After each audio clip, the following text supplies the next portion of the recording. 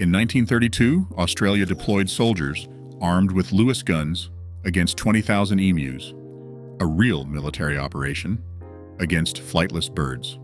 The birds won. But what pushed a nation to wage this war was no laughing matter. Following the First World War, the Australian government settled thousands of returning soldiers on marginal wheat farms in the dry interior of Western Australia. These veteran settlers, many with little agricultural experience, faced an uphill struggle from the start. By 1932, the Great Depression had crushed global grain prices, burying these isolated communities under mounting debt and leaving them vulnerable to a severe regional drought. Then came the migration. Driven from the interior by the searing heat, an estimated 20,000 emus began marching toward the cultivated wheat belt, lured by the scent of water and ripening crops. The region's main line of defense, a network of low-wire fences built to keep out rabbits, proved useless. The massive, flightless birds simply stepped over or trampled through the barriers, destroying the standing wheat and opening pathways for smaller pests.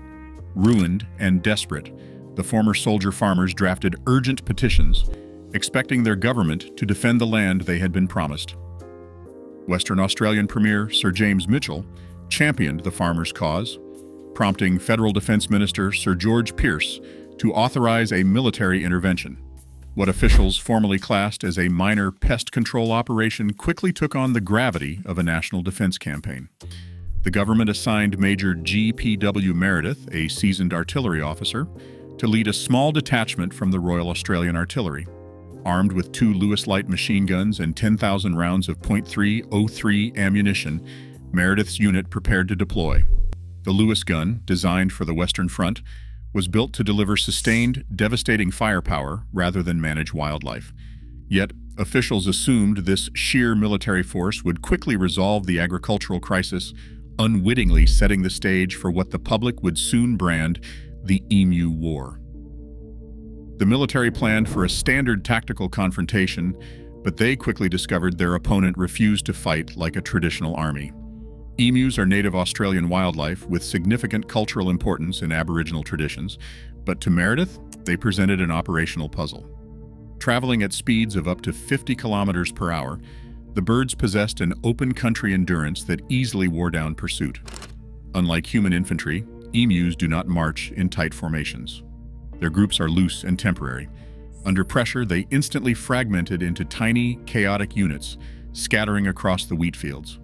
This behavior disrupted planned water source ambushes, which depended on a predictable concentration of birds. Machine guns require a dense target area to be effective, but Meredith was left attempting to apply structured military doctrine to highly unpredictable wildlife that refused to stand still. On November 6th, Meredith attempted to counter the bird's speed by mounting a Lewis gun to the tray of a local truck. This mobile solution immediately collided with the realities of the Western Australian wheat belt. The sandy, rutted terrain made the vehicle nearly impossible to steer, sending it bouncing violently across the paddocks and frequently bogging it down in deep sand. Keeping a moving target in the sights was a hopeless task. The gunner had to cling to the cabin while the weapon swung wildly, ruining any chance of accurate fire. At the same time, the intense November heat and swirling dust fouled the gun's gas cylinder and clogged its ammunition pans, triggering constant mechanical jams. By November 8th, with ammunition dwindling and news of the poor results drawing heavy public criticism, the government ordered a temporary halt to the operation. The artillery detachment withdrew to reorganize, having discovered that every attempt to adapt their tactics in the field only succeeded in creating an entirely new set of problems. The military resumed operations in late November, but the campaign officially ended on December 10, 1932, with highly contested results. Major Meredith's official report claimed exactly 986 emus were killed, using 9,860 rounds of ammunition. The report added another 2,500 birds that supposedly died from injuries, though historians question the certainty of these numbers, with other estimates placing confirmed kills between 300 and 500. No military personnel were injured, making the massive ammunition expenditure a poor return for the state's resources. In federal parliament, Representative A.E. Green dryly observed that any medals should rightly go to the emus, who had won every round so far. The campaign was a classic government miscalculation rather than a literal military defeat, transforming a serious agricultural crisis into a legendary comedy of errors. Share the video to prevent total emu domination. Today, the emu stands undefeated on Australia's coat of arms.